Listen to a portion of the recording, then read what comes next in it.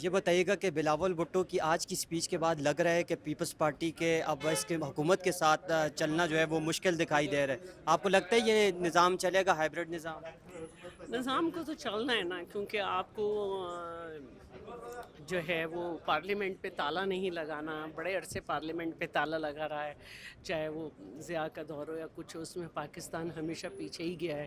جتنی بھی fragile democracy ہو، وہ اسٹرانگسٹ جو ہے وہ ڈکٹیٹرشپ سے بہت اچھی ہوتی ہے. آج آپ دیکھیں کہ ہم نے کتنی بہترین، کل ایران آیا، پورے دنیا کی نظریں پاکستان پہ تھیں، اور انہوں نے مخالفین جو پاکستان کے اندر ہیں وہ مختلف طریقے سے اس کو کرتے رہے، لیکن انہوں نے دیکھا کہ پاکستان نے بہترین سول ڈپلومیسی بھی ہوئی اور ملٹری ڈپلومیسی بھی ہوئی، اور اس کے نتیجے میں آپ دیکھیں کہ پاکستان کا نام ایک امن پسند قوت کے طور پہ ابھرا ہے، اور یہی ہماری جیت ہے. پیپلز پارٹی چلے گی اس حکومت کے ساتھ مزید؟ کیونکہ آج بلاول نے کہا ہے ہم اتحادی نہیں ہیں اس حکومت کے.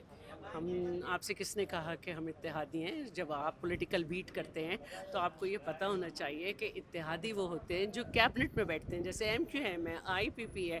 ہم تو ان کے فیصلوں کی توثیق نہیں کرتے نا، ان کے فیصلے کی توثیق ان کی کیبنٹ کرتی ہے. ہم ان کے جو ہیں سپورٹر ہیں، اور ہم ہر اس طاقت کے سپورٹر رہیں گے جو پارلیمنٹ کو کھلا رکھے. ایم کیو ایم کو جو جواب دیا ہے آج بلاول بھٹو نے کہ کچھ وزیر ان کو لڑاتے ہیں، حالانکہ وہ ہمارا کراچی میں ان سے وہ نہیں ہے، کیا کہیں گے؟ بلدیاتی نظام پہ بھی انہوں نے بات کی. دیکھیے بالکل صحیح بات ہے. سب سے پہلے تو یہ کہ ایم کیو ایم ادھر ادھر سینگ پھنسانے کے بجائے پہلے آپس میں اپنے سینگ ملائے. جو ان کے آپس کے معاملات چل رہے ہیں ان میں آپس میں دوستی ہونی چاہیے. اس کے بعد وہ کوشش کریں کہ ان کو بالکل الگ الگ حلقوں سے لڑا کر ان کو یہ سیٹیں دی گئی ہیں، تو کچھ ذرا وہاں کے لوگوں میں اتریں، وہاں کے لوگوں سے ملیں جلیں، وہاں کے لوگوں نے اپنائیں.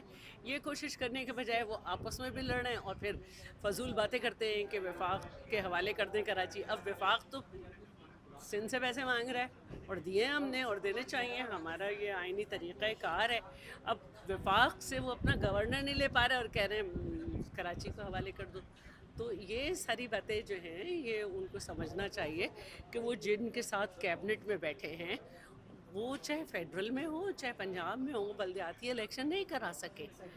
اور بجائے اس کے کہ آپ سندھ میں جب بلدیاتی الیکشن ہو آپ حصہ لیں، 3 ٹاؤن جو ہیں وہ پی ٹی آئی کے پاس ہیں، 9 ٹاؤن جماعت اسلامی کے پاس ہیں. اگر آپ لڑتے تو ہو سکتا ہے کہ یہ 12 ٹاؤن آپ کے پاس ہوتے.